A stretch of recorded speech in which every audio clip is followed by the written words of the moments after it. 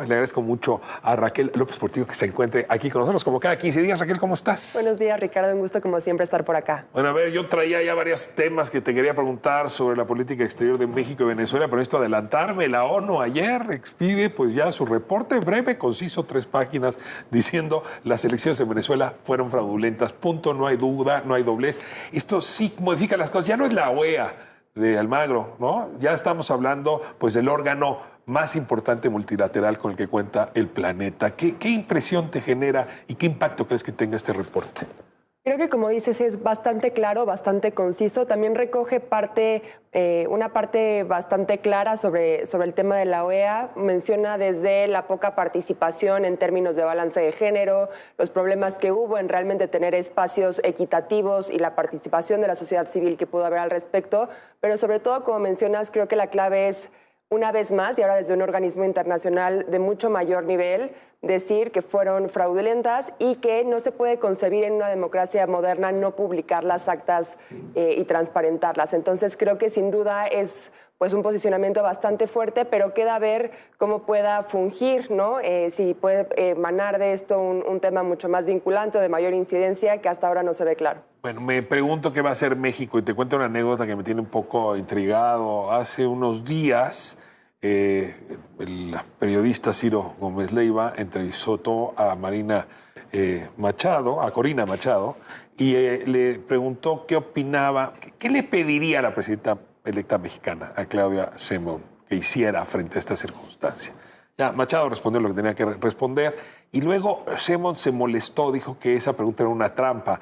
Pero pues no es trampa, sí nos importa mucho frente a esto que dice la ONU, frente a lo que está ocurriendo, qué va a hacer el gobierno mexicano, porque estamos en un dificilísimo, digamos, posicionamiento, yo te diría, no es neutro, sino más bien cargado a la conveniencia de Maduro. Me gustaría tu opinión.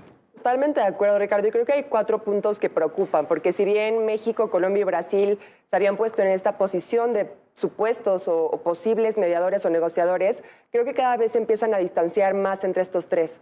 Y en el caso de México me preocupa bastante el hecho de que ayer el presidente Andrés Manuel López Obrador dijera que no piensa hablar de momento ni con el presidente Luis Ignacio Lula da Silva ni con Gustavo Petro hasta que haya una resolución del Tribunal Superior de Justicia de Venezuela.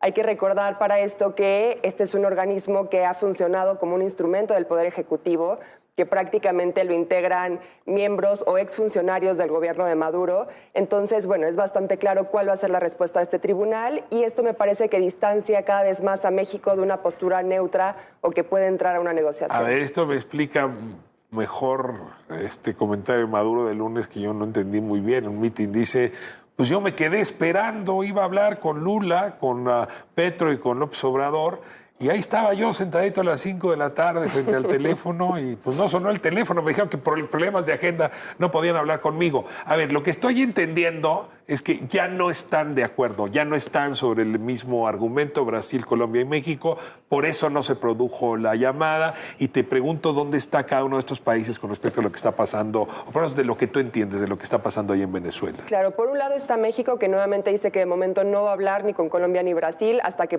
Venezuela y sus organismos internos resuelvan esta crisis.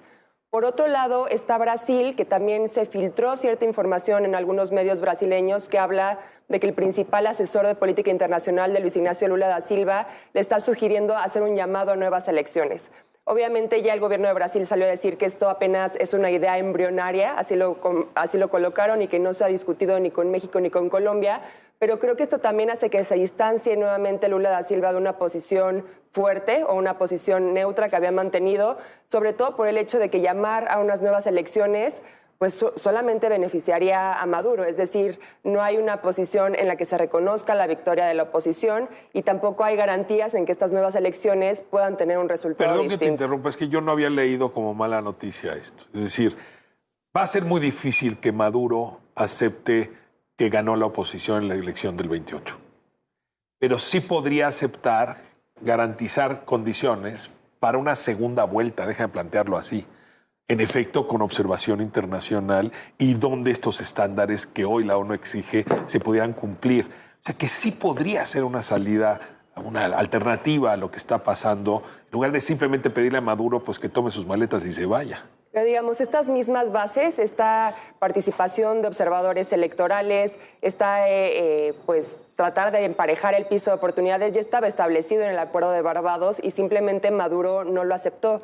Y me parece que con toda la presión internacional que está habiendo, difícilmente podamos ver a un Maduro que actualmente estamos viendo cada vez más atrincherado, cada vez más radicalizado, aceptando que se den estas condiciones cuando cada vez se aferra más al poder. Bueno, y cierro con el país que no es país, las redes sociales. Dice Maduro, bájense de WhatsApp. No vean a la red X, porque pues ese es de Elon Musk, ¿no? Y bueno, quién sabe más qué va a prohibir ahora YouTube y lo demás. ¿Se puede a estas alturas?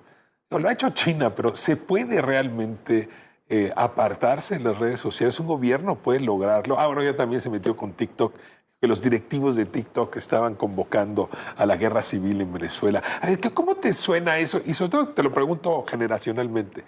Para alguien, pues casi nacida digital.